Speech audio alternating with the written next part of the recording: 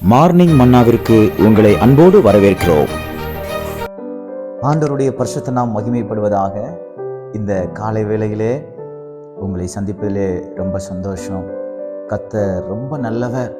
நம்ம இந்த நாள் வரையிலும் கர்த்தர் நம்மை ரொம்ப அற்புதமா ஆச்சரியமா நம்ம நடத்தி ரொம்ப அழகா கர்த்தர் நம்மை திருப்தியாக்கி நம்மை நடத்தி கொண்டு வந்திருக்கிறார். எனக்கு அன்பான தேவனுடைய பிள்ளைகளே, இன்றைக்கு கர்த்தர் நம்மோடு பேசுகிற வார்த்தை என்னவென்றால், நீங்கள் உபாகமத்தின் புஸ்தகம் 28ஆம் அதிகாரம் 6வது வார்த்தையிலே கர்த்தர் உங்களுக்கு கொடுக்கிற நல்ல ஒரு வார்த்தையை நான் உங்களுக்கு சொல்ல விரும்புகிறேன். நீ வருகையிலும் ஆசீர்வதிக்கப்பட்டிருப்பாய், நீ போகையிலும் ஆசீர்வதிக்கப்பட்டிருப்பாய். எனக்கு அன்பான தேவனுடைய பிள்ளைகளை, இன்றைக்கு அநேகருடைய வாழ்க்கையில இப்படிப்பட்ட ஒரு ஆசீர்வாதம் இல்லாததுனால அவங்க ரொம்ப கஷ்டப்படுறாங்க. போகும்போது அவங்க வாழ்க்கையில ஒரு திருப்தியற்ற ஒரு நிலை காணப்படுகிறது. நீ வருகையிலும் ஆசீர்வதிக்கப்பட்டிருப்பாய், போகையிலும் ஆசீர்வதிக்கப்பட்டிருப்பாய். நீ கொஞ்சம் யோசித்து பாருங்க. இன்னைக்கு நம்ம வீட்டை விட்டு வெளியே போகிற ஒவ்வொருத்தருக்கும் திரும்பி வருவோமா அப்படிங்கிற ஒரு பெரிய கேரண்டி இல்லை, ஒரு நம்பிக்கை இல்லை. ஆனால் கர்த்தருடைய வேதம் சொல்லுகிறது, ஆணுடைய வார்த்தை சொல்லுகிறது, நீ வருகையிலும் ஆசீர்வதிக்கப்பட்டிருப்பாய், திரும்பி நீ போவையானால் அப்பொழுதும் நீ ஆசீர்வதிக்கப்பட்டிருப்பாய். அப்படின்னா என்ன அர்த்தம்? தேவனுடைய கரம் உங்கள் வருகையையும் உங்கள் போக்கையும் மூடி மறைத்து பாதுகாத்து கொண்டு எல்லா விதமான ஆபத்துகளுக்கும் நாச மோசங்களுக்கும் கர்த்தர் விலக்கி பாதுகாப்பார். அதை காட்டிலும் நீங்கள் எப்பொழுதும் செழிப்புள்ளவர்களாக ஒரு திருப்தி உள்ள ஒரு வாழ்க்கையை வாழ்வதற்கு நம்முடைய கர்த்தராய் இருக்கிற இயேசு கிறிஸ்து உதவி செய்வார்.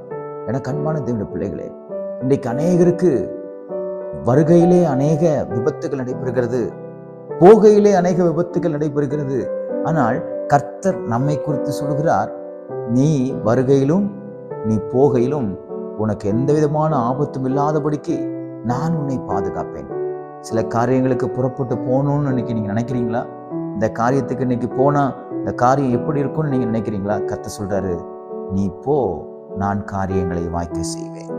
நீ வருகையிலும் நீ ஆசீர்வதிக்கப்பட்டிருப்பாய். என்ன காரியத்திற்காக நீ வருகிறாயோ, நீ என்ன காரியத்திற்காக போகிறாயோ, அந்த காரியத்திலும் என்னுடைய வார்த்தை உனக்கு முன்பாக கடந்து சென்று உனக்கு அற்புதங்களை செய்யும். எனக்கு அன்பான தேவனுடைய பிள்ளைகளே, தேவனுடைய வார்த்தை ஆம் என்றும் ஆமேன் என்றும் இருக்கிறது.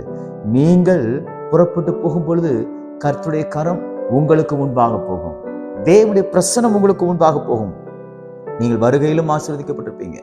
சில நேரத்தில் நம்ம கடைக்கு போகும் பாருங்க, போயிட்டு திரும்பி வரும்போது நம்ம பேக்கெட் எம்டியா இருக்கும். நம்ம யோசிப்போம், என்னடா நம்ம எல்லாத்தையும் நம்ம செலவு பண்ணிட்டோமே, அடுத்து என்ன பண்ணுவோம் அப்படின்னு. ஆனா கர்த்தர் இன்றைக்கு சொல்கிறார், உன்னுடைய வருமானத்தையும் சரி, உன்னுடைய கையின் பிரயாசங்களையும் சரி, உனக்கு தேவைகளையும் சரி நான் சந்தித்து மிகவும் அற்புதமாய் ஆச்சரியமாய் உன்னை நடத்துவேன் என்று நம்மேல் மனதுருகிற கர்த்தர் சொல்கிறார். அதற்கு செய்ய வேண்டியது என்ன?